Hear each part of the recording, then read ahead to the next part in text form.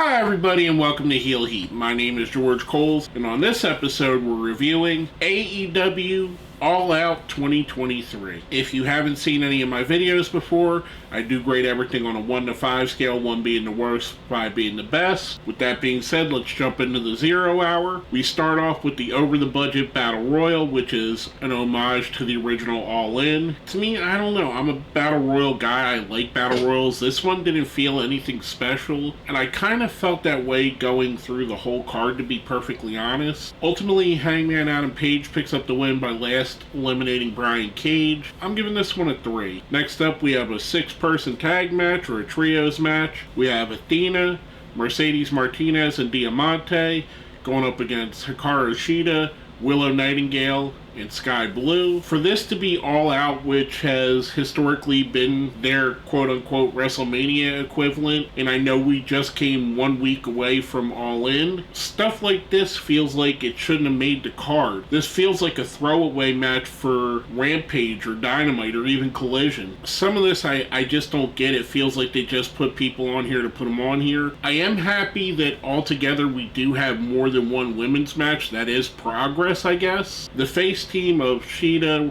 Nightingale, and Sky Blue pick up the win here. I'm giving this one a 3. Next up, we have the Acclaimed, Max Caster, Anthony Bowens, and Billy Gunn, with Dennis Rodman going up against Jeff Jarrett, Satnam Singh, and Jay Lethal. They have with them Sanjay Dutt and Karen Jarrett. This was kind of bad. I'm okay for the most part with Jarrett and his crew's goofiness. It usually gives a little bit something different to the TV show. Again, much like I said the match before, this felt like something you could have seen on Rampage. It felt like a Rampage match. Ultimately, the Acclaim wins. They keep their Trios Championship. I'm giving this one a 2. I thought it was just bad, to be honest with you. Now we get to the main card of the show. We start off with a Ring of Honor Tag Team Championship match, and this is one of those things again, where's the importance? We have Adam Cole and MJF defending the titles against the Dark Orders, John Silver and Alex Reynolds. And don't get me wrong, I think Silver and Reynolds deserve a spot like this, but again, where was the build-up? I mean, they literally won the rights to this match just a couple days ago.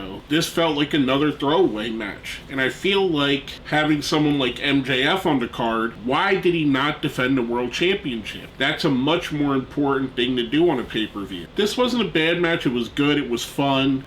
Cole and MJF pick up the win. I'm giving this one a 3. Afterwards, we've seen what seems to be the next thing for MJF. As he's going up the walkway, he bumps into Samoa Joe, who pushes him, kind of like an homage to his extra work on NXT with Samoa Joe. They get into a little bit back and forth. That leads us right into a Ring of Honor Television Championship match, Samoa Joe versus Shane Taylor, which I liked this match. I thought it was good. I don't think enough has been done with Shane Taylor on AEW TV to make him someone that could go up against Samoa Joe, who's been featured on AEW TV, who just had a big match with CM Punk last week and has had big matches on Rampage and on Dynamite and on Collision. He seemed to be one of the highlights of Collision every week. This is a really good match. I did enjoy it.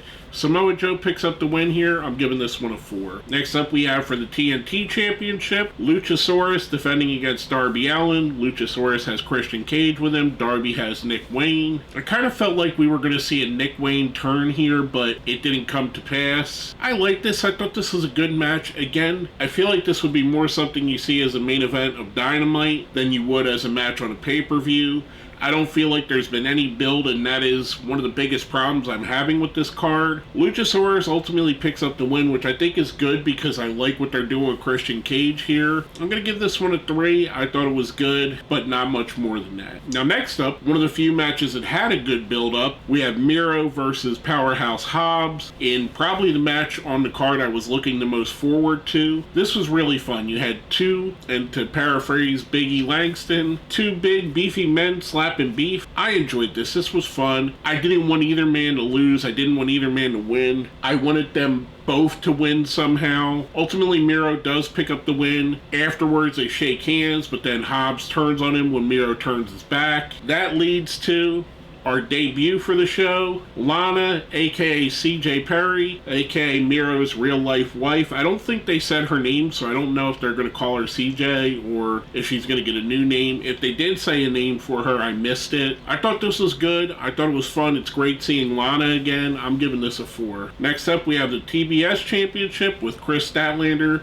defending against Ruby Soho. Here's another match that's had a decent build-up and felt like it was important. The one thing I will say, I really think they need to do something with Ruby Soho at some point. She can't keep losing these big-name matches and feel important and be someone that people care about in these matches. As you could have guessed, the Outcasts were out there with her, Saraya and Toni Storm. There was a thing at the end where Toni Storm took the spray paint away from Ruby Soho so she couldn't use it. So there's obviously going to be a split here, which I think is cool because I like where Toni Storm is going with her character. I don't think she fits with them anymore. This made Statlander pick up the win here, which I think is good. You know, she just got the belt not too long ago and really hasn't had many defenses. I'd like to see her have a decent run with it. This is a good match. I'm giving this one a 3. Next up, we have my favorite match of the show. We have Daniel Bryan going up against Ricky Starks in a strap match. And again, this was another one with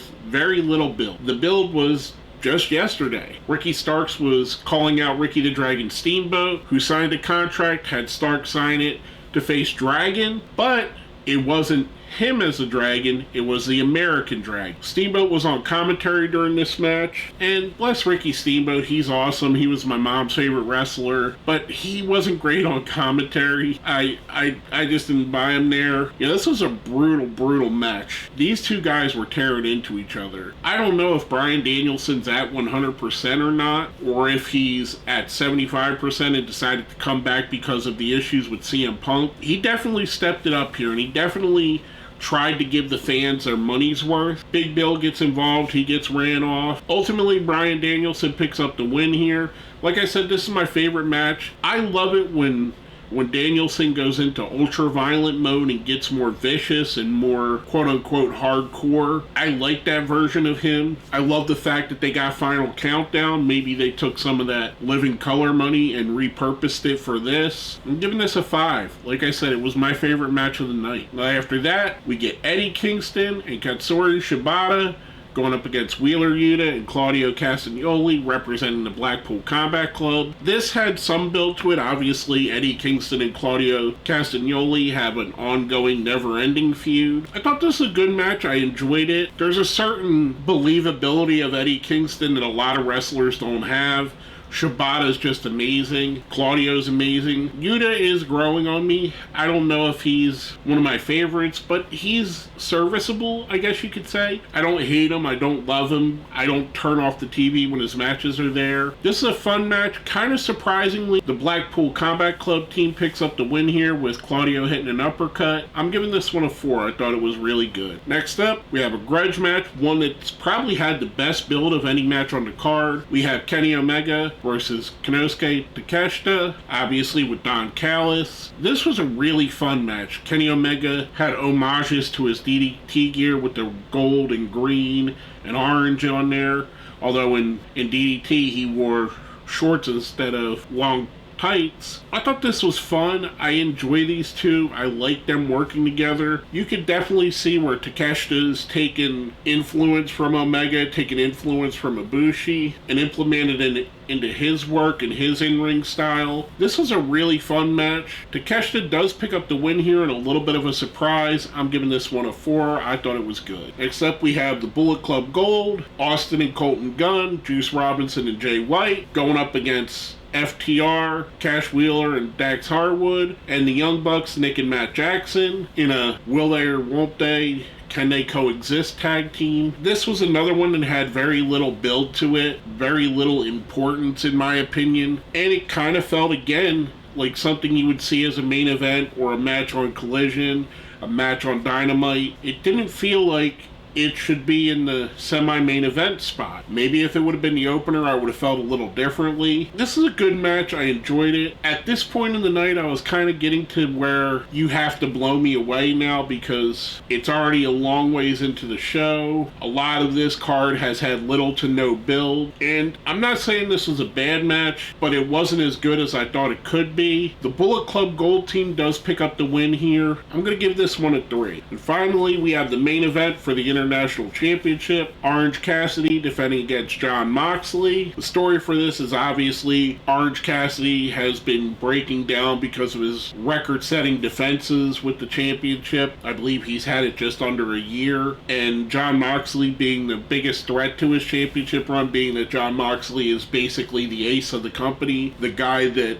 they lean to when they're having trouble, which is evidenced by here. You put Moxley in the main event, he's going to deliver. Rumor was the original main event was to be Starks versus CM Punk, so it feels like any time that CM Punk causes an issue, Moxley's there to help the company, which no matter what side of the fight you're on, the CM Punk side, the AEW side, you gotta commend Jon Moxley for being willing to be the guy that steps up and gives the fans something and delivers every time. I don't think Jon Moxley's ever stepped up and gave a stinker. Now, has Jon Moxley had some bad matches? Maybe. I think he usually delivers, and he delivers more often than he doesn't, especially in high-pressure situations where the company's on his back. I feel him and Bryan Danielson kind of took this card, and Samoa Joe too, and said, you know, we're going to make this as good as we can with the limitations we have. I think they really stepped up and became even more so leaders in the company. Orange Cassidy, I'm not knocking you. You had a great role in this. You had a great match. He was bleeding buckets. He was high up on the Muta scale. He's had a great run as the champion. This is a really fun match.